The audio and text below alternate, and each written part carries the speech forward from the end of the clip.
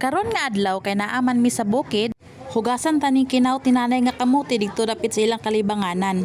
Tarungon gyud natog hugas, pag indana na ang color sa iyang tubig, okay na. Pagkahuman, ibutang na sad sa kaldero. Lahi ra gining naay organic nga pataba kay dagko kayo ang bunga. Sabawan dag isa ka galon nga tubig para sure gyud nga maluto. Tak-ang din diha sa abuhan ni nanay, pagkataod ay matik luto na dayon. Lahi gining Pinoy no, bisag naay kutsara kamot gyud ang gamiton. Pagkahuman panita, kay dili man pwede nga apilo nato ang panit sa atong lutoon karon. Mailhan gid nimo nga imported ang abono sa tanom ni nanay kay tsada kay color. Lata-lataon din na ang murag sinuka sa iro. Rihan din nato ng condense kay isagol man na nato. Giputos na dayon ni ate diha. Bisang gikan siya nalibang ay okay ra kay nang hugas man pud siya nga barita ang gisabon.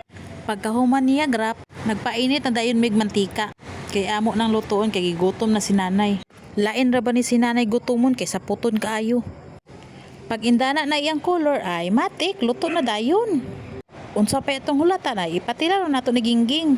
Bisag grabe pa kay kainit Syempre kita pod tilaw pod ta ang dagway tanawa lisngag ng ilong lami kayo kaunta taong nagluto napasok na ra ba na siya.